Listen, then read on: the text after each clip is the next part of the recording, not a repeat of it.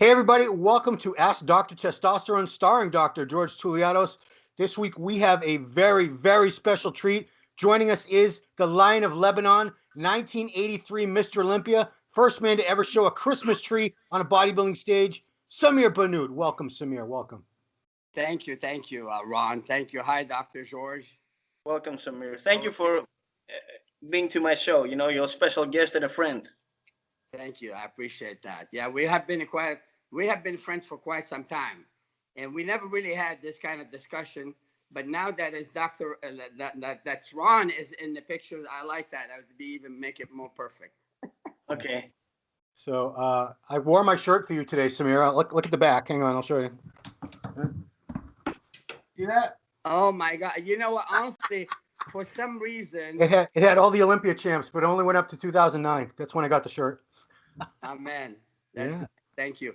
You know, it's very hard for me to see the pictures on my phone, so I don't really even see what's happening that much. I don't know why, but It's okay. anyhow. So what's been going on, guys? Yeah, well, doctor, you wanted to talk to him because I know you feel very strongly about the direction that bodybuilding physiques have gone Yeah. in the last 20, 30 years So, speaking a from little youth. bit about the current situation, we just have a second quarantine in Greece over here because of the spread of the virus, you know. So I made a gym at home. And yes, this is, I guess, a new era now for America because there's a transition to the new, administration. But anyway, uh, yes, I wanted to talk with Samir, the classic era, the bodybuilding era of the 80s, perhaps the transition from 70s to 80s, and perhaps early 90s, related to the freak show that happens today, and especially this decade, 2010 to 2020, because it's a thing that happens with bubble gut and aesthetics and the V taper, should we go back to the Classic era? uh, huh? Classic era. That's what Yeah, that's to what the he client. represents, And right? as a matter of fact, this new category, the classic physique, I believe it's more mainstream and wants to attract other people that do not like the freak show and they like aesthetics and beautiness. Yeah. So You know what, Doc? Honestly, to me, bodybuilding is all classic. Even the big guys back in the day, even Arnold and Sergio and Henry, we all had that classic look.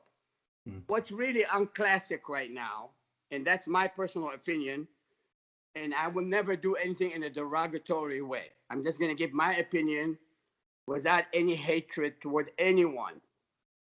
Okay, so this sport has taken a wrong turn, and you, as a doctor, would agree because there are things that's being done. It is not, it's really not compatible with the classic look. So the classic look is still here if we just go back to basic.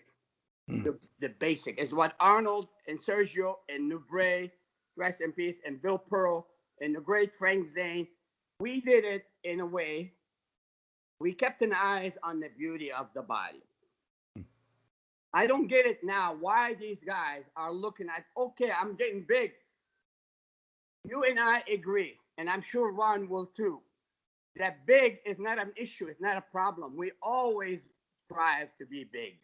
yeah. But when you know that the middle it got heavily affected and it's just not it is not right. And if we move away in changing the recipe with some of what the coaches are doing, some of them don't want to acknowledge the problem. mm, You know uh, medically that what's been happening is wrong. You know, being big is not an issue. If anyone tells me that Sergio Oliva wasn't big or Berto Fox wasn't big, I'll tell them go jump in the lake. They're stupid. You know what I'm saying? But Yeah. Okay, but you have a Oliva has a point. You have lost an weight. excellent point. Yes, but Yeah, I I can want be to be the around these deficit. people. But Doc, if we remove the bad stuff from the sport, and that would be your topic here, which is I don't like to talk about it from my perspective because I'm not a medical doctor. But we know that certain medications should not be in the sport because it's really it's kind of causing more madness. And it's about time that these guys realize that. And I don't need people to do lasering the visceral fat in their intestine. Those are not sane people. You don't want to fake it. Be real, because you can be big and healthy and beautiful and look classic. That's my opinion. Okay, excellent. So I want to be devil's advocate here. Yes. And even though I agree perfectly with Samir, and I have my also my points as a medical doctor, I'll tell you that the sport evolves, and everything evolves: nutrition, training equipment, even gear. Okay, That's and true. also the payments and the awards also evolved. I mean, Arnold earned $1,000 in the Mr. Olympia. Now they earn $500,000 almost. So it's a freak show, but it's professional strictly. You know, these guys make the living. Now, has it to be a freak show or not? I guess there'll always be a hardcore audience in order to pay this VIP $500 golden ticket in order to see the mass. Yeah, but that's different. You know, I honestly, I spoke with Jim Manion not long ago. I talk to Jim Manion every now and then. Jimmy expressed to me that he's against this. Jimmy doesn't like the idea because really, actually, Jim Manion came from the sport and he was a real champion himself. He trained hard and he competed. But when you have some guys that don't give a crap about what's happening, it's not a good thing. And in fact, I think when Sean Roden won, I was very impressed with Chris Coleman. I mean, I'm sorry, with Phil Heath. And in fact, I'm a big fan of Phil Heath's physique. I think he's great. But listen, we're not perfect. Only God is perfect. We make mistakes, but when someone makes and know that this is what I've done and it really affected the middle. And so they should really go back to the drawing board and change the direction. You know, because you can't say guys like Phil Heath. Honestly, I think Phil Heath one of the greatest. But will he keep his midsection tight like he was in the first 3-4 years? This is the thing. You know, I mean, I see some guys that being developed nowadays, and really some insane doctor. You are a sane doctor, but there are insane doctors that, you know, giving these guys the wrong medication and insulin. So, you know, oh, I'll give you insulin safely, you'll grow. But they still don't, these doctors have no clue what the beauty is. Anyhow, that's if you let Well, me talk, I won't it's an stop. extreme sport, isn't it? Huh? It's an extreme sport, isn't it? Yeah, but I mean, like I said, I was talking about Mannion. He expressed his desire that he wants to see more wasted body.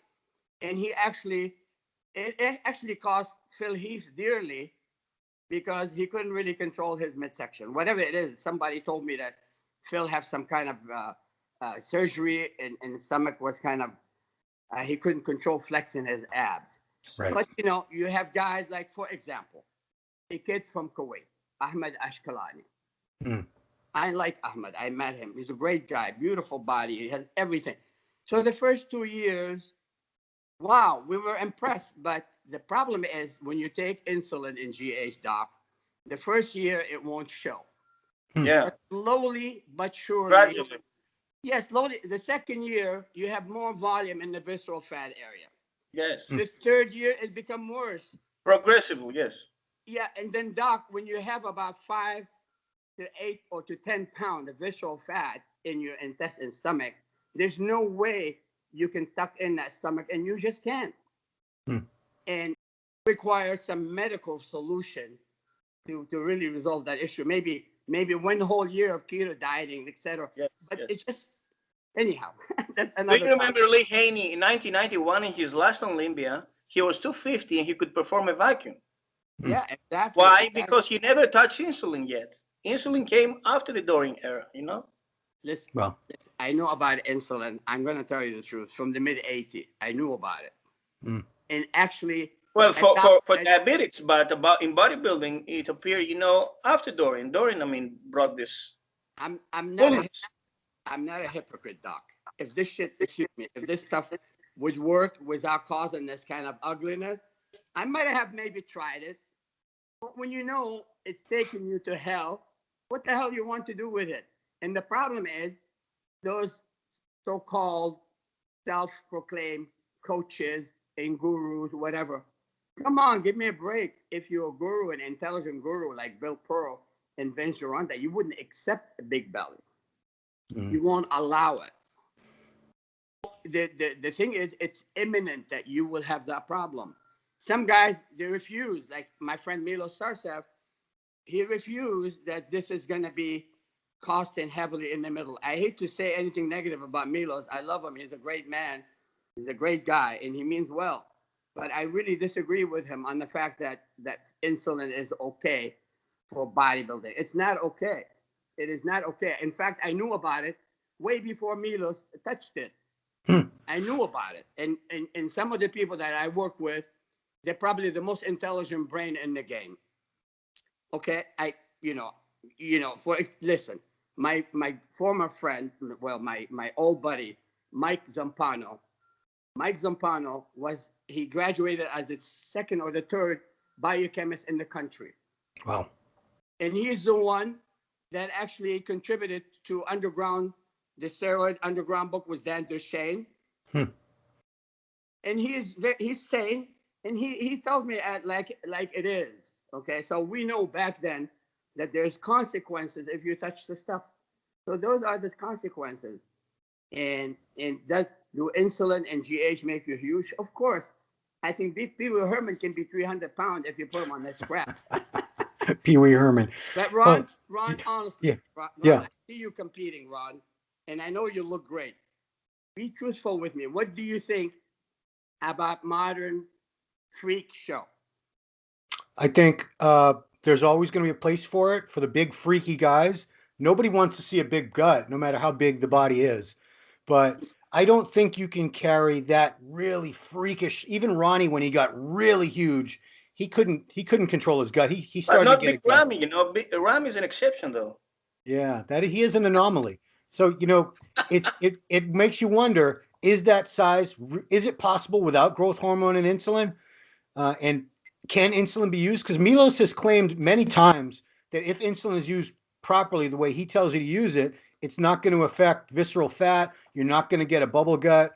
But, we see so many people that do get these big guts from it. Not true. When I talk to guys like doctors who've done millions of research, like Dr. George or my friend Michael Zampano, who is biochemist, he understands how these chemical works. And so to tell me, because one guy, he does something, maybe he's very fortunate that it's not affecting him in this his way. But honestly, I thought Milos looked actually better when he was tinier, when he was smaller. Yeah. That's my personal view, okay? So you got even George Farah maybe got involved into this too. But come on, George. Come on, face it. Face it and say, you know what? We tried it. It was wrong. And just George regretted. George regretted. Yeah, but we should stop this crap because it's visible. We can see it year after year. You can see it. Like I was talking about Ahmed Ashkelani. Ahmed was beautiful, got great shoulders, great body, but all of a sudden, then I saw like volume in his midsection, and it actually ended his competitive chances to be a winner. Yeah, I know. Yeah, I was at New York Pro last year when he beat Eduardo Correa in the 212 division. Yeah. And you should have. He had a belly. Ahmad had a little bit of a gut, and the crowd went crazy booing. They were so mad that he won because even they loved Correa's physique better because he had a little tight midsection, beautiful shape, where Ashkenani was built like a little tank. He was thicker, but he had a thick, blocky midsection too, which he didn't have a few years ago. Yeah, I mean, that's what I'm talking about. Like I said from the very beginning, nothing derogatory against anyone. Sometimes I mention name. Yeah. I mention name, but not in a hateful manner. But if I tell people, have I ever used this and that? I've used medication myself. I never abuse, but I'm not a hypocrite. But we are telling them, I said, if it's broken, you must fix it. If it's not broken, don't fix it. It's broken, so we have to fix it. Well, I'll leave it to you guys. But the problem I see is nobody can stop taking insulin and growth hormone unless everybody stops taking it. Because Yes. if I'm trying to win the Olympia, and I know every other guy that's on that stage is on growth hormone insulin, and I'm saying, well, I'm going to stop taking it, I'm screwed. I know I'll lose some of my mass, and I'm going to get beaten badly. So where does that leave these guys if they want to stop, or even their coaches feel like, well, growth Well, hormone insulin's bad, but we got to use it because everybody's using it. not really, because everybody wants to be stupid. That's the whole thing. If you know that this is something wrong, it's going to lead to health problems. It's not just they don't look good. It leads to many health issue problem later But you on. may die in a heartbeat with insulin in hypoglycemic coma. It's life-threatening. And here's the doctor will agree with me. If you continue to use insulin, make it a habit all the time, all problem really start in the stomach, and visceral fat is the leading health problem, isn't it? Isn't it true, Doc? Yes, there are some speculation that Dallas McCarver shoot insulin and didn't have the plenty of time to eat enough of food and had the carbohydrate solution. So perhaps he passed out and he fainted out of hypoglycemic coma, and then what causes the death? It's very sad. I mean, come on. Brain down. Yes. Doc, when you mention guy like Dallas McCarver, I think this guy's unbelievable. Rest in He peace. was so promising, the great white hope of America. Beautiful body, complete. He was very enthusiastic, good-looking kid. But really, had he stopped using that crap and continued to move forward, listen, you can't tell me Sergio Oliva and Arnold weren't big. Do you remember Ronnie in 98 and 06, the difference? Yeah, Ronnie, the thing about Ron Coleman, Ron trained for years without even taking drugs. I've heard that. Yeah, when Ron took the medication a little bit, he was unbelievable. I competed with Ron. I used to beat him all the time back in the days, even when I wasn't at my best. Yeah. But the thing is, he took the medication, but he was rational the first few years. But I think whatever coaching advice he took later on, it came back to haunt him. I mean, we can't say anything negative because he's 8-time Mr. Olympia. Of course, he's one of the hardest working bodybuilder I ever seen, and you have to give him a lot of credit. But then, could that be avoided when he went through? I think it could have been avoided to have this, bulgy midsection later on in competition. I think could have been. It's avoidable, and that's what I'm saying now. Ron Harris said, "Oh, he's using it. I got to use it." I don't think that's necessarily true. I think really eventually the federation, they're going to crack down on those guys that actually, when they see this visible, they're going to start really ban some people. I think you need to let the sport really, the freak show to some people is fine, but it's just not right to look at someone and then you say, oh, big, but yeah, what is that? That's disgusting. It's just not right. I don't want to blame the fans, Samir, but a lot of these young guys now, like I'm 51, I can call them all little young brats. If I say, well, Frank Zane was Mr. Olympia, he was 185 pounds. Samir Bannout was Mr. Olympia, he was 195 pounds. I'm like, that's nothing. 185, 195. A real Mr. Olympia, a real champion is 300 pounds. That's a real bodybuilder. Yeah, I mean, these kids are brainwashed. They look at the size, they look at the vein, but you got to look at the entire picture. I mean, if you take some of those big guys now, they're claimed to be 280. Get rid of 10 pounds or 12 pounds of visceral fat inside their intestine. Get rid of that bloat, because you're talking about 10-karat gold. Back in the days when you looked at Arnold and Serge Nobret, you were looking at 24-karat gold. Frank Zane was 24-karat gold. So if you want them to become 24-karat gold, that means 25 more pounds has to come down. Wow. So we are back where we got started, and so it's not necessary. And I think they should move away from it. In my opinion, they should move away. Not only it's just that it's very hazardous. It's dangerous to the health of their life in the future, and it really is not looking good. But Frank Zane today would compete with Chris Bumstead, right? Not even. Yeah. I think he'd be too small. the classic guys are, you know, Bumstead's Do you think 230 Lee pounds. Haney had a chance to crack the top 5 in the Olympian today at 250 pounds? Well, if they take the same medication he did, there won't be. Oh, yeah, yeah. And so if you tell me if you put Arnold on the same medication as these guys, then Arnold would be competing 285, 290. Come on. Would Arnold be Arnold like we see now? No way. We still look at Arnold pictures and say, oh my God, what a beautiful body. From all angles, he's like sharp and tight. The muscle looks so fine. Every time you look at the pictures, you want to look at it and you appreciate it. But when I see the extreme bloat in the intestine and just size, I don't want to look at it, honestly. You know, let me just say something. For example, Big Ramy. Okay? I thought Big Ramy was incredible about 5-6 years ago. I used to have pictures from Badr Bodai. Used to text me pictures every few weeks. Oh, look at Ramy. What do you think of Ramy? And I was very impressed. But you cannot continue with this kind of menu. You can't continue with this. At some point, you got to just work for quality and beauty. Because really, if you don't acknowledge that beauty is matter, then you really don't understand bodybuilding. The beautiful part about the body has to be there. Size would always be impressive, but if it's not, it doesn't come, you know, with that Muscle maturity. Yeah, I mean, come on, you know, it's different ball game. Well, But let me ask- Orion was brain, yeah?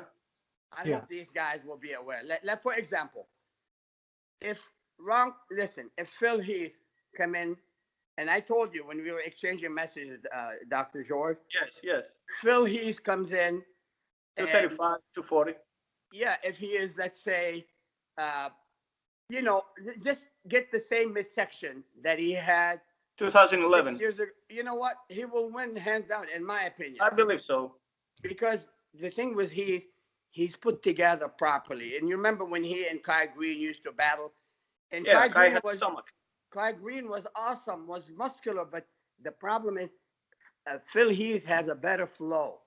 And a V-taper. Better flow to his body. It's just, you know, some people say, oh, he's not very wide in the shoulders, and you're one of them, Doc.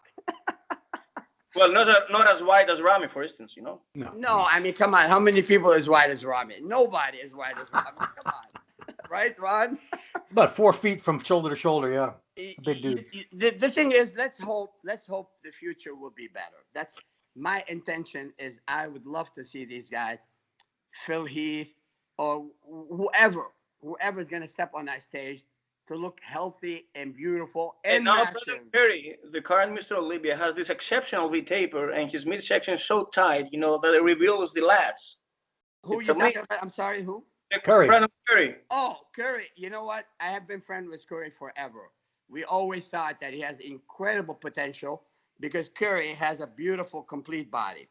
In my opinion, well, his leg department is a bit back, but you know, he has awesome shape, you know, and he's a humble guy also. I love this. I honestly think he's incredible. And, you know, listen, last Mr. Olympia, he could have been much sharper. Yeah. If he comes in sharp, because he's definitely going to go head to head with Phil Heath. Why? Because you have a complete body too. He has no obvious weakness. But he has to come in. Listen, if not 24 karat, I'll be happy if he comes in at 18 karat. 18 karat. But the 10 karat look, forget about it. 10 karat does not fly. It's not good. Let me ask both of you guys this. Classic Physique was introduced 4 years ago. It's a whole new division, and it's the ideals of Classic Physique are supposed to be V-taper, symmetry, proportion, small joints, small. It's just beautiful physique with great presentation. When that came along, I said to myself, well, now we can have the freaks in the open bodybuilding. Leave them alone. Let them be big freaks, maybe a little gut, no big deal, because we have this whole other division now that's just for the beautiful body with the little waist and the flaring thighs and the peak biceps. You know, do you believe Classic Physique embodies everything that bodybuilding used to be? I hear you, but if you look at closely, some of the classical guys have the belly now. Some of them, I'm telling you, some of them are doing it. So Everybody loves Chris Bumstead because he flows, you know, and he resembles Bo Paris, for instance. Who? Phil? Chris Bumstead. Oh, Chris Bumstead. Yeah. The good thing is about Chris Bumstead, he's smart. He's smart. Why? Because he knows that for him to win the title, you have to be super shredded. Because he's lagging in some area, okay? And I'm not gonna be, you know, again, nothing will be said here in a derogatory way or a hateful way. I think Chris Bumstead, he needs to work a little bit more on his arms and his density, the thickness. But his rib cage, shoulders to waist ratio is incredible. And this is why you cannot ignore him on the stage because he's pretty to look at. Yeah. That's why he's wasted. Alexa Brayon and another, great, one of my buddy. He's got great physique. Last year, his posing hurt him, so it was very close between Bumstead and Peterson. with Brayon. Oh, Breon. Yeah, Brayon was very sharp, but he just didn't show his body the way he should have. Anyway, Bumstead is very good. Is very good way to acknowledge or to represent the beautiful physique. You can be beautiful. You don't need to have always 22-inch arm, but when you have that sharp rib cage, that tight serratus intercostal, and that separation in the thighs, you're gonna look pretty. Just imagine the big guys find the solution, and I don't want to know how they can solve the problem, but come to the stage, be 280, have deep separation in your thighs, have that carved stomach and small waist. Oh my God, then I would love bodybuilding. I would love to see the 290 freaks, but with a small waist. With a small waist, absolutely, it's not acceptable, my friend, to have any bloat in the stomach. It's not acceptable. It's in fact ugly. That's my honest opinion. And so, Samir, when did you first see a big gut in bodybuilding? Who do you you don't have to name names, but when do you remember first seeing a gut ever? Well, I saw it happen to Nasser or somebody. I saw it happen. When Dorian, even though Dorian is one of the most respected people as far as I'm concerned, I love Dorian because Dorian is a straight shooter and he tells you everything in your face. But when Dorian tried insulin in the off season and he was guest posing in the FIBO in Germany, and I was there, and I saw his stomach bleeding like a balloon. But the good things about Dorian, he never comes to the show, let it hang on stage. He doesn't. He's smart. I don't know what he does, but I know later on, Dorian acknowledged the fact that this is more destructive. It's not constructive to carry on using insulin. Dorian is a smart bodybuilder, okay? He is. He never showed up in a competition looking like a mashed potato, never did. But when he was bulked up in the offseason, I don't know if you remember that, Ron. Oh yeah. Have you seen Marcus Rule? Dorian Yates guest posing in Germany back, and at the FIBO, and he was bulked up, and you saw his stomach exploding. Wasn't it him and Victor Richards guest posing together? Yes, about that time. That time, I used to appear in all these FIBO myself, and then when I saw, Dorian looking so full, I knew that he was experimenting with something.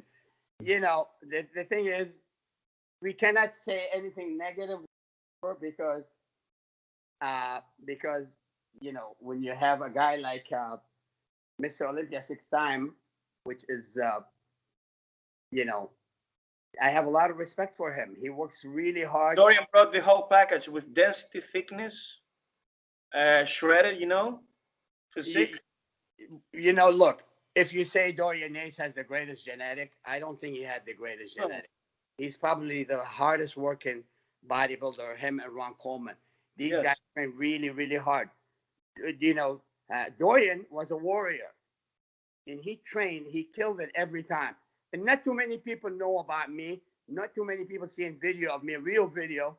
because I was training so much like Dorian too, because I was around Mike Mentzer and Casey Viator back in the days, and we used heavy weight. And yeah, you see so many people. You can see Dorian Yates putting 4.5 plate on the bend over row, something that you don't see today. I personally, at 200 pounds, 210 pounds, 208 pounds, somewhere around that, I used to mess around with 465 on the bend over row. Wow. And strict, no bullshit. Some people doing deadlift with it. I come down, do bend over row for 10, 12 reps. God strike me dead if I'm adding things up. I'm not exaggerating, but we worked hard. We worked hard and we were eager. We were like total tunnel vision. Same thing with Tom Platz. We trained super hard. And if you look at Tom Platz's quality around 1981 and 1980 and 1981, Tom Platz and I have the same coach at the time. I didn't know you had a coach. Well, advisor. He doesn't help us train us in the gym, but he gave us advice that who are these coaches? I mean, when you have a professor at UCLA who is actually deep in the science and knowledge of nutrition helping you, you take advice from these people. And you know, I'm going to tell you the name of the gentleman I'm talking about, Professor Eric Sternlich. You may want to. Yeah, I knew Eric. I knew Eric. So Eric is a very sharp man, very, very sharp, very highly educated. So this is when we made the changes from low carb to 750, 800 grams of carbs a day. And this is when Tom Platz made the changes. You saw him in 1980 Olympia, where Tom Platz looked good and he was sharp, but all of a sudden in 81, he almost won it. Him and Padilla were face to face to win the show. Should have won. One of them should have won. It wasn't done with insulin. It was done with smart nutrition and hard work. This Samir, is what I'm talking about. That's why I'm saying what we knew back in the days, what we learned from the old school. And if Sergio Oliva can be so massive without even touching GH, if Berto Fox be so massive without touching GH, so why right now you're doing too much? Actually, GH. Well, they were genetic freaks, huh? Huh? Genetic freaks, both of them. Look, if you see what Berto Fox looked like in the 80s, you won't believe the size. He was robbed in Munich. He was robbed in Munich. And listen, honestly, in Munich, I thought it was me and him face to face. I think his posing messed him up. He could not control. He just didn't do well on stage. He doesn't. Look, I have an airplane. I have F-17 or F-18 bomber. I can fly it nicely and hit my target, but you couldn't. So you're not gonna perform as much as me. So it's really showing it and know how to fly. It makes a huge difference. So I think that's Berto Fox. I think Berto Fox and I were like, you can't say Lee Haney was incredible. And what the funny part, Muhammad Makawi came in second. And why do Muhammad Makawi comes in second? Is Muhammad Makawi have better back than Berto Fox? Or better back than Lee Haney? No way. Does he have better leg? Listen, Makawi is a masterful poser. So when you give that, if Muhammad Makawi get a hold of Berto Fox's body and then control that body, honestly, I don't know. Maybe wouldn't be Mr. Olympia today. But posing today is a neglected factor, What's that? Is what? Posing today is a neglected parameter. They pose like apes, They don't have this charm, first of all, if you cannot control your stomach, it's not going to be pretty, because the beauty of the body. Look, I'm training as gentlemen. You know who it is. You know Roz. You know what we do? When we train, when we do like thighs, we do leg raises, knee ups. I work on his separation and his upper thighs and abdominal. I want that give priority to the midsection, the bottom of the abs, and the separation in the upper thighs. If you don't have a beauty in this area, and go look at Frank Zane and go look at Arnold's photo, you notice that the separation in the upper thighs in the abdominal together. If these areas are not sharp, forget about it. You will not look good. Then you'll go down to a 14 karat grade. Cool. Right, Samir, Ron? I want to know, would you tell us this in the late 70s and early 80s? What was a typical steroid dose for a top competitor back in late 70s, early 80s? Because I know what it is now. It's grams and grams of Test and Tren and Masteron and 20 IU, 15 IUs of GH a day and 20 IUs of insulin a day. What were somebody using, a top pro, say like 1983, 1984? What were they using back then? Um, I'm not gonna really speak for everyone, but I know the people who were around me. They were not abusive. They did not. They did not. Uh, you know, uh, Listen. I know some guys were a little bit abusing, but when you talk to Frank Zane, for example, come on. Even Arnold told me things from his own mouth, and I'm gonna say it. If the gov wants to get upset with me, let him get upset. Arnold, his own word is, it's the mere. All I took is a few D ball and little prima ball, and you know what? It's true. Hmm. It's true. Yeah. So if you think Arnold was taking 10,000 milligrams, total bullshit. Arnold probably used maybe 1,000 milligrams at most a week. The total. Yeah. Well, I look mean, look at I those know. I guys. know. They all had beautiful hair, no gyno, no gut, Yes. no Yeah. I see acne. Arnold still have his hair. Look at me. Yeah. Well, How'd you like that? it's better than Hey, like no, Queen no, no. Elizabeth. I shave. I shave. I still have Oh, my hair, oh. but I just don't like them white. Okay, Dr. George, when your hair gonna be white like mine, you're gonna shave too, right? You could dye it, right? Yeah, baby. But I think hair is heredity. It's something to do with. It wasn't just because my body making too much DHT from too much that androgen. I was really never, never in my life taking my highest peak is 400 when I was at the Olympia at the last final few weeks. I really never used a high amount of anti-estrogen. In fact, I didn't touch the anti-estrogen. Why? Because I wasn't using too much androgen, doc. And you The agree reason of with the me? low doses back then, it was they were legitimate pharmaceutical grade real stuff, so you didn't need to abuse crap underground, so that was underdose for This was a good thing. We didn't have a crap underground supplementation. And honestly, I used to pick up when I needed something. I got a prescription, and the doctor, I can mention his name. Back in the days, we have Dr. Walter Jacob. Yeah. And many of us, I'm not gonna say the athlete name. We went to him, including Mike and Casey and whatever. I don't want to say it because Mike and Casey, they're no longer with us. I can say it without being hateful. But the thing is, we can't say we didn't use anything. But the thing is, they didn't. Well, look, I know a couple of people that abuse, but if you take the abuse and compare it to what's going on today, oh my God, they're still angels. They are angels. I have kids coming to me for coaching, and they tell me this is what I was doing with my coach, and they send me the list. Oh my God! I'll tell them. I said, listen, either your coach is a drug dealer or selling you the stuff, or he really hates you, wants to kill you. Wouldn't want There's to kill no him. need. I He mean, wants his business. He ain't gonna kill him. He wants him to keep buying more stuff. yeah, but it's sad because really, This is when you not smart, though.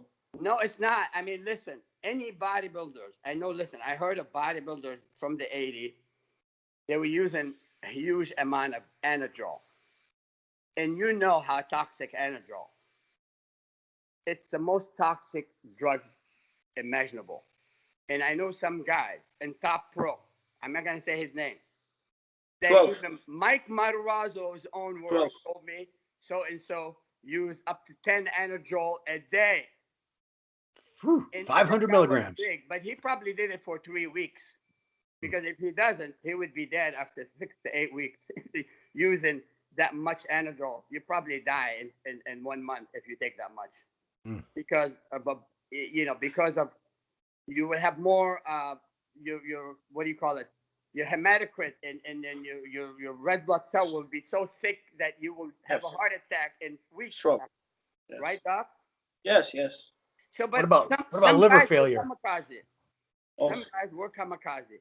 But the Yeah. guy, if you look at Frank Zane or Chris Dickerson or Serge lived with me for a while. Hmm. I trained with Serge Nobret for 1978 Best in the World. And I was hanging out, and with him, Serge Nobre, and Berto Fox. We train, we came eat at my house, and we hang out. And honestly, back then, Serge would use probably about 800 milligram a week, and people got to say, no way. But I'm telling you, he didn't use more. I believe it. I believe it. It's true. Yeah. And, you know, I'm not going to name people, but I can tell you each one individual what they use and how much they use. Yeah. But those great guys that didn't really abuse a lot, they didn't abuse. Yeah. You know, talking about Arnold, the greatest bodybuilder there is. The reason a lot of guys right now will not believe that, and they won't believe what you use, they won't believe what you say Arnold used, is because they say, well, you say you used 1,000 milligrams a week max.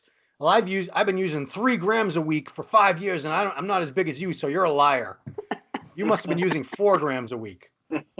Believe me, I trained the first 6-7 years. I didn't touch anything, nothing. Yeah. And when I started, there was a doctor in Michigan after I won in Michigan, and one of my buddies said, Samir, Dr. So-and-so, let's go. And so this doctor would give us 75 milligram a week of Durabolin. Durabolin is like it's like Decadurabolin but short acting. Oh, like NPP? That's it. 75 milligram. We'd go to this doctor, give him like $50, and he give us a shot, quick shot. Started with 50 milligram a week. And then, doc, if I have a headache, I blame it on that. If I have a stomach pain, I blame it on that. We were so scared of this stuff. But again, when I started using the stuff, I said, wow, when I came to California in 79, yes, it did help me. But I already developed the basic, and my body was already muscular. And the same thing was Ron Coleman. When he trained for 7-8 years, he did it naturally. Yeah. He did it naturally. Seriously. He said here in his pro card natural. Can you believe that? He did what? He turned pro naturally. Do you believe that? I believe. Honestly, if Ron Coleman told you, I believe him. Overall, I believe Ron Coleman. He's not a bullshitter. If Dorian Yates told you, I believe it, because Dorian is one of those guys that don't bullshit you. He's an honest guy. Dorian said that. Doc, listen to this. I remember Dorian Yates was talking about parabolin, which is trenbolone hex. Yes. And he said, oh my God, this stuff is the greatest anabolic I ever tried. And you know what? I was the one to try it before him. Okay? And I was the one who discussed it with Mike Mentzer. Mike Mentzer didn't use it. Mike, rest in peace, he loved Deca and D-ball. And he used to use some oral called Mexibolin. This is what Mike used. Yeah. But Mike didn't really abuse. He just probably took more, Deca on a daily basis until the show. Whatever he did in that milligram wise, but it wasn't anything like what what we see today. Not even close. Some guys were irrational. I'm not going to say their name. But the majority did not go crazy. And you didn't really hear much about taking Arimidex or maybe back then we had a little bit of Novodex. Samiro. Yeah. What about your friend Momo Benaziza? Oh, Lord.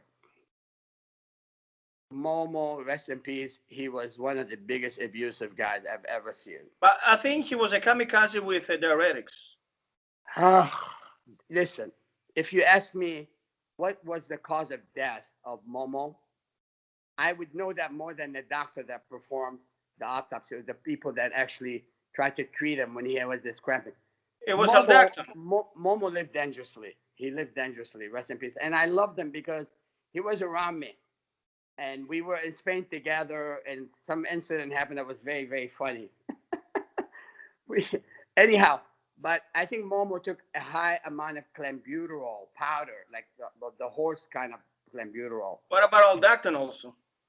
I think what he does, his method of drying up is very, very unsound. It's very, very deadly. And so when you block aldosterone. Yes. When you Potassium take, elevate. when you take spironolactone, you're not supposed to take potassium with it. Yes. Yes. But in Mike's, in Momo's, what he did wrong, he was popping time-release potassium while he was blocking aldosterone. And then he was dehydrating. You know what he would Fatal mistake. listen, when Momo finished with that show in Holland, I was there with him, and backstage, Momo was like this. "Ah, ah." He can't even walk.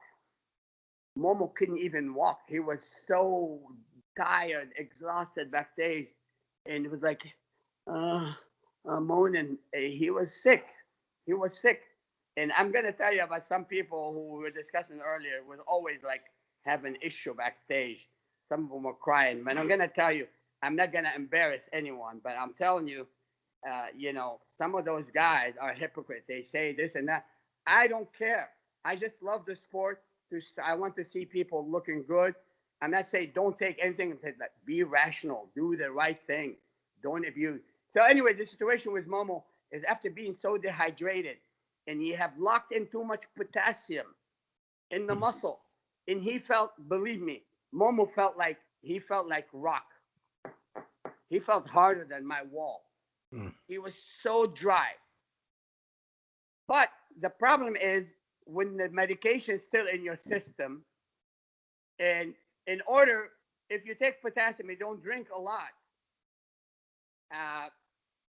But what happened, he had too much potassium, time release in his system, and his aldosterone level was almost completely blocked. So after the show, he shouldn't have went and drank like crazy. Drink.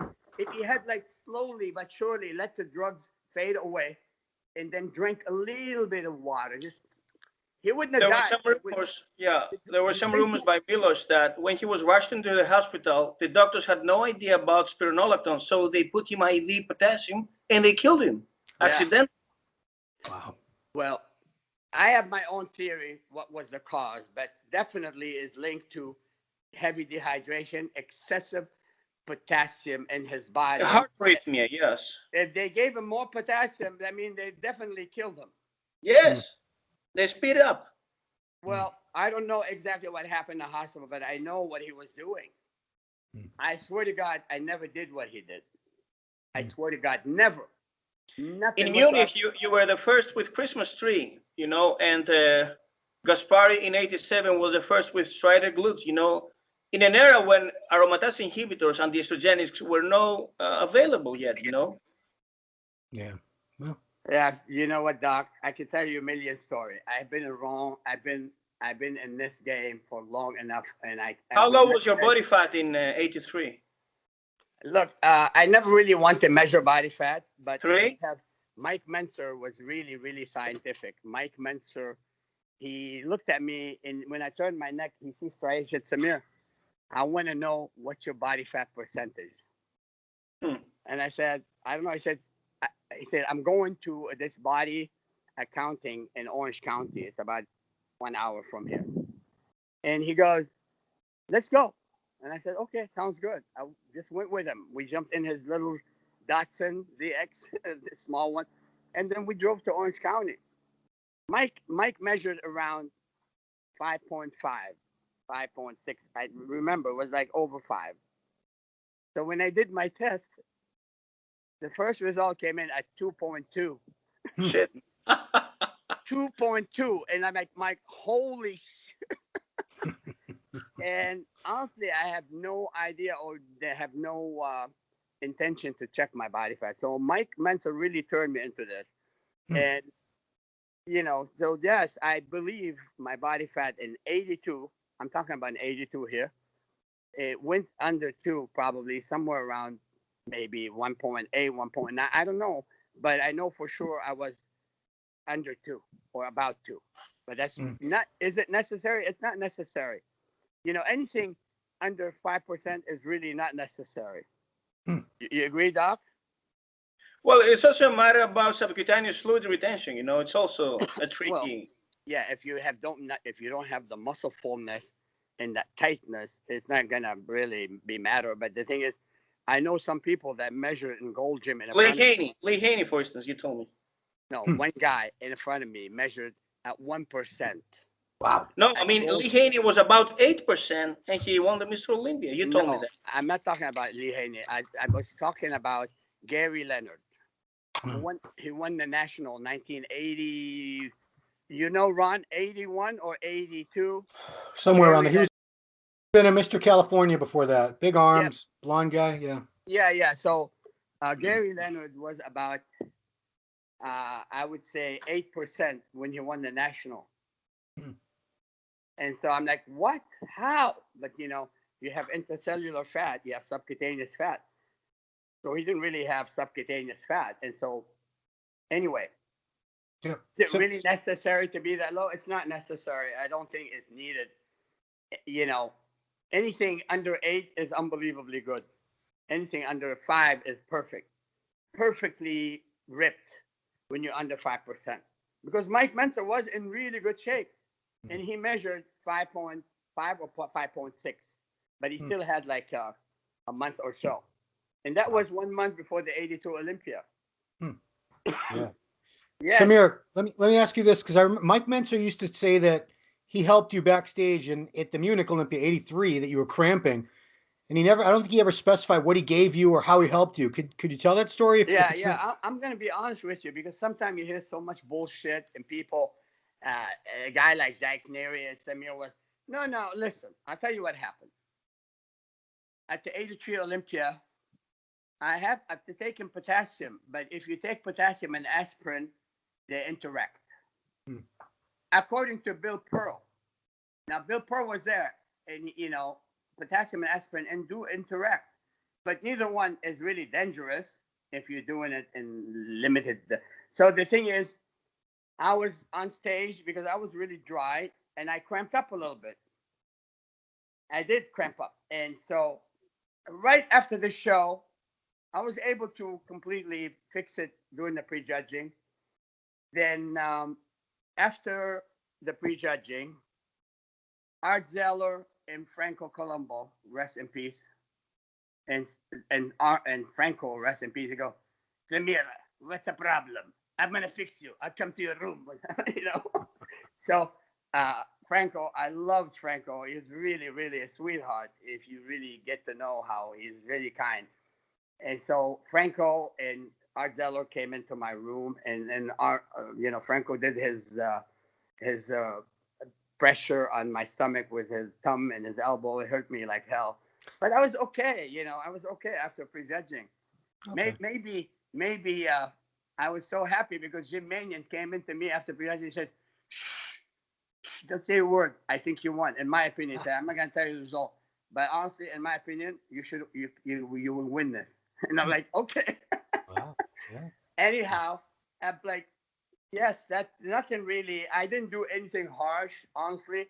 The diuretic was not the reason.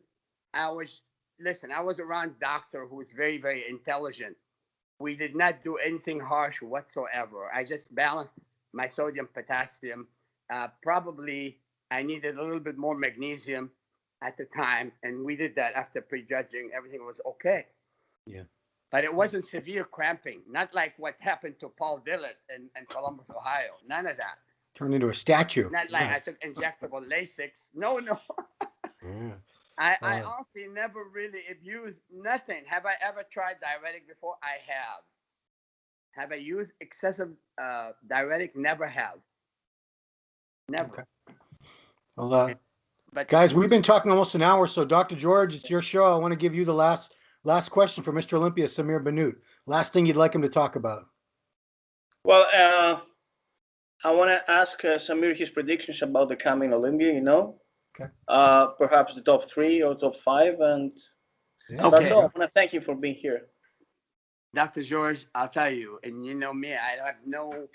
Listen, some people, they think I don't like or I hate Phil Heath. I honestly don't dislike him or hate him or anything. In fact, he's my favorite. When he's on, to me, he's unbelievable. Cartoonish. I want him to know that sometimes I saw pictures, but it's not really meant to say he's no good. Hell no, he's Mr. Olympia 6 times. seventh time, right? Is he Yeah. seventh time? Seven, Or seven, Seven, yes. seven. Straight. Yep. yeah, I think it's going to be between Brandon Curry and Phil Heath. It's Yes. obvious. I think Phil Heath, if he has that tight midsection, I honestly would give him the edge. Mm. What I think Brandon Curry is capable of beating Phil Heath, he's also capable, but he had to show us that tight, shredded, deep onion skin.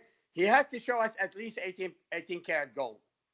You cannot be a respectable Mr. Olympia with 14 karat. You agree, Ron?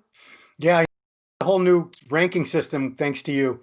We got But you know, honestly, you could say thanks to Frank Zane. You could say thanks to Serge Nubret, because when I looked at Frank Zane, I saw Frank Zane backstage. I was impressed, but not very impressed, because from close up, I'm looking at Mike Menser, Robbie Robinson, and those guys were massive and they were in shape. But you know, Frank Zane, he was shredded but not massive. So when I went to the audience, I sat down behind the judges. I said, where Jim Mannion and whatever, Steve, you know, with the head judge. What's the Steve? Weinberger? Steve Weinberger, my buddy Steve Weinberger. I sit down right behind the judges, and I was looking. Well, of course, Steve Weinberger wasn't there at the time, but just saying, and I sat down behind the judges. It was that close, and then everybody went up on stage. Dennis Tenorino, Mike Menser, Robbie Robinson, Corny, etc. They're all grand. And then Frank Zane stood in the middle, and guess what? It was no doubt in my mind that he made them all look terrible. And so it's not really what you see. You know, the artist, it's like an artist. Look, the artist will show you, here, I'll show you an artwork. What do you see in this artwork? Do you see much? Yeah. It's like a couple When you boats. go back, do you see the whole picture? Yeah. The thing is, when your head is into the shoulders and arms, and you were impressed, but in order for you to appreciate the art, you got to go back and look at it. Yeah. And this is what I'm telling some people: they don't understand that the overall picture is everything. The whole package, yes. The whole package, and that's why we go back and say a tight midsection. So anyway, to answer your question, my prediction would be Phil Heath, if he's ready, and he's more likely to be ready. Brandon Curry for second place. Rami probably is going to come in third place if he comes in. You know, I mean, I was talking about Rami earlier. I mean, come on. Rami is way too massive. I think his legs are so huge. You look at his legs, they're huge. But you look at him from far away, then you see his calf does not really match his size. Right? Oh, yeah. So this is what I'm talking about. When you look at Phil Heath from far away and you look at the whole balanced. Package, right? It's balanced. And that's what I'm at. Brandon Curry, you know, Phil Heath, Brandon Curry, what's his name? The guy from Holland. Bonac. Bonac, Rolly Winkler, Hadi Chupin. Bonac, he's always lean and shredded. So to the rear? Bonac could also, in my opinion. And then what about Dexter? I think Dexter, he's losing his quality. He's just losing in his beauty. And I think Dexter is going to have a hard time this time. I think it's going to be a hard time. He's going to have a hard time in the top 4, top 5. I think he will. But then again, who else do we have? Good name. Sean Roden? Sean Roden's competing. Sean's not in it. No Sean. But, no Flex Lewis. No Flex Lewis, but we have Rolly Winkler. We should have Hadi Chupin.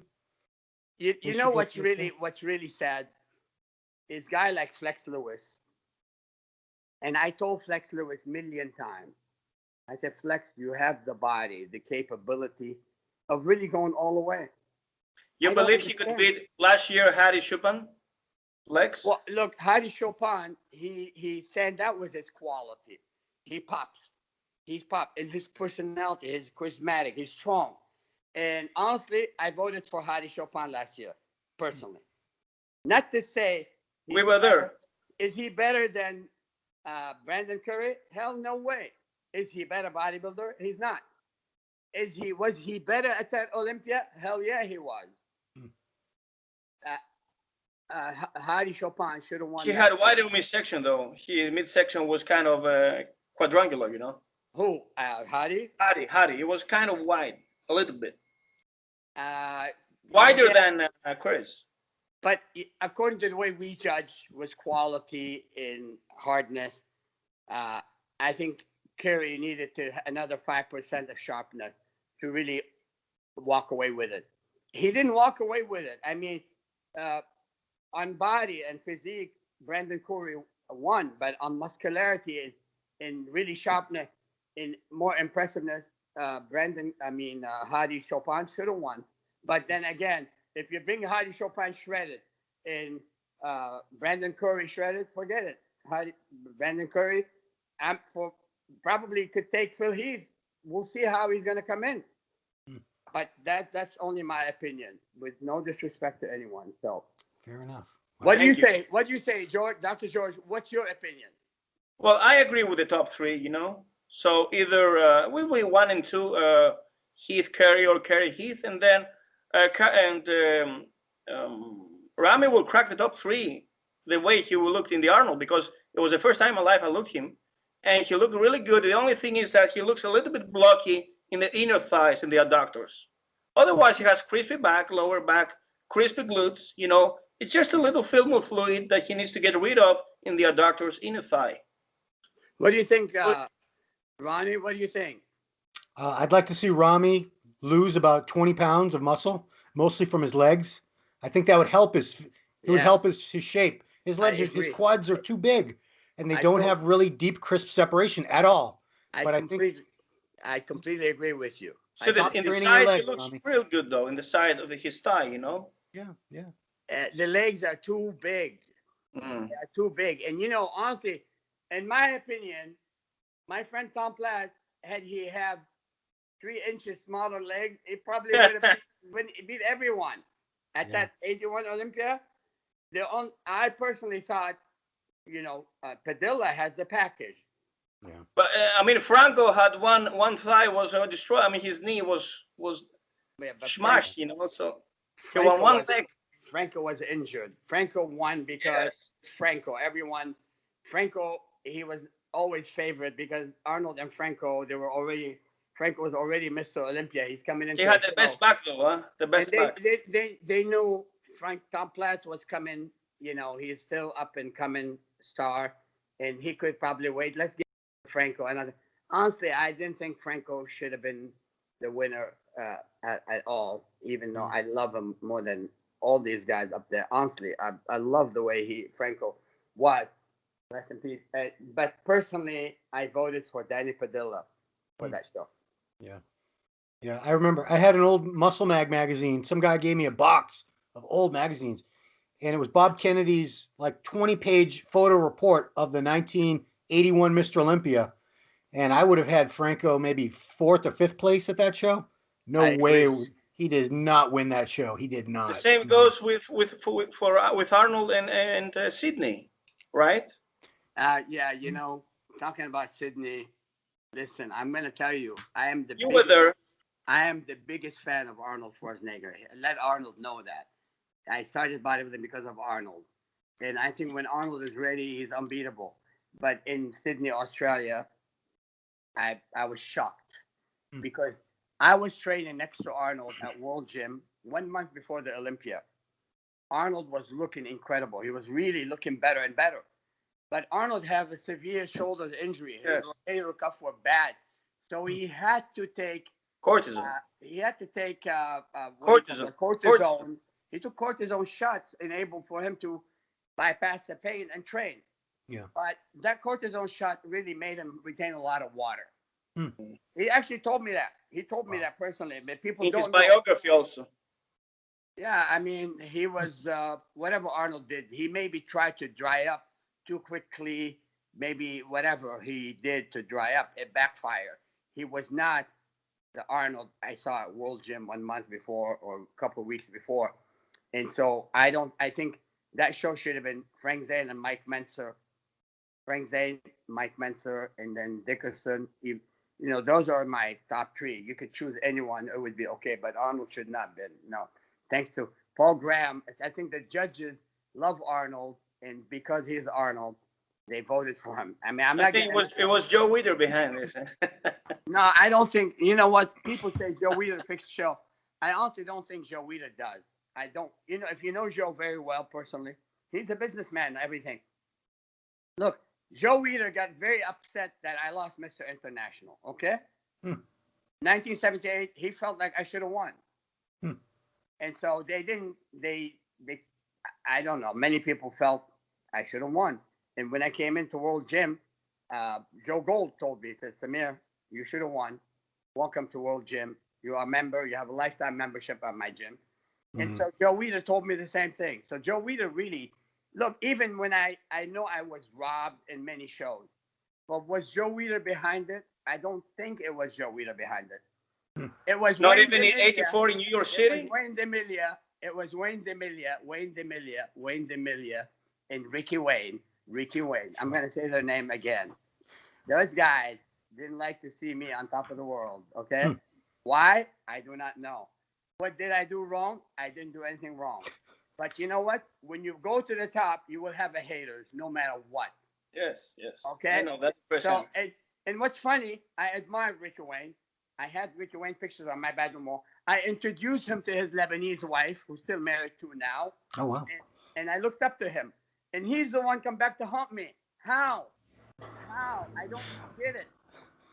Wayne DeMilia get mad at me because I got in disagreement with a British judge, and that British judge he cussed me, and he insulted me, and because I defended myself, now they hate me. Why? I should have just be a puppet and not and, you know, someone give me shit. I should just shut up and walk away. Wow. And Hmm. so why Wayne DeMilia? He actually was not fair to me. He was not fair to me. So Wayne DeMilia, Ricky Wayne, and another man by the name Alan Dolphin. I need to make their name clear. Hmm. Those are the guys. It wasn't Joe Weider. Rest in peace. Joe Weider was a good man. When it comes to bodybuilding and judging, he didn't really get involved. He did not cheat himself. No. Hmm. You know, those on the judging panel did the work, the dirty work. Wow. But that's another topic we'll discuss maybe another time. Yeah, Yeah, sure. we've been going for well over an hour, guys. We'll do this again sometime for That's sure. okay. That's okay. I have to be somewhere in about 15 minutes. Cool, But man. We Dr. appreciate Thank you, George, Samir. Ron, it's great chatting with you guys. I'm sorry this is taking longer than ever for us to We connect. enjoy. It's okay. I always say better late than never. And And here we you are. know what? I tell the kids out there to listen to Dr. Testosterone because Dr. Testosterone is not telling you don't do this. Don't. He's telling you the fact. He's not telling you to cut corner and be the biggest and die. He'll tell you if you want to do things, do it under doctor supervision. Yeah. Yes, Do thank you. things, be rational. If Dr. George told you do ABC, listen, trust him. Don't go trust the bonehead guru that doesn't even know how to wipe his ass. Love you guys. Don't trust Thank you your for drug having dealer. Thank you Anyway, for having me. thank you. Thank you, Samir. Thank you so much for doing this, George. Dr. George, thank you for getting this whole thing together. This was all your idea, and it worked out great. So thanks, guys. Everybody out there, thank you for watching Ask Dr. Testosterone. If you liked the video, please share it on all your social media. We appreciate it. Samir Bannout, George Tulianos. Take good care of yourself, my friend. Look at that. Look at that. Whew, still got it. 60 years old, huh? 60? Hey, God bless you guys. Bless you, and hopefully we'll have a great 2021. Let's pray for Yes. peace and harmony, and I hope the COVID-19 will go to hell soon. Yeah. Yes. All right, guys. Thank you so much, and thanks everyone for Bye. watching. See you next time.